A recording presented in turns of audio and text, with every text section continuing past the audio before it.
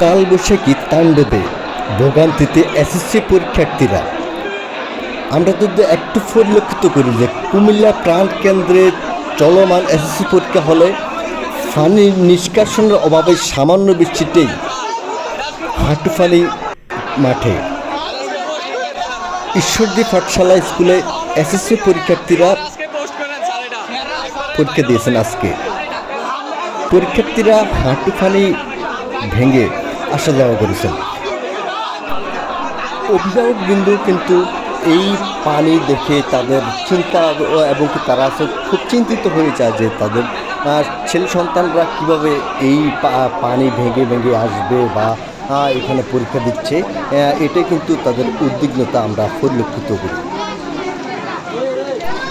পানি নিষ্কাশনের ব্যবস্থার অবনতির কারণেই এমত অবস্থা পরিলক্ষিত ও প্রধান কারণ।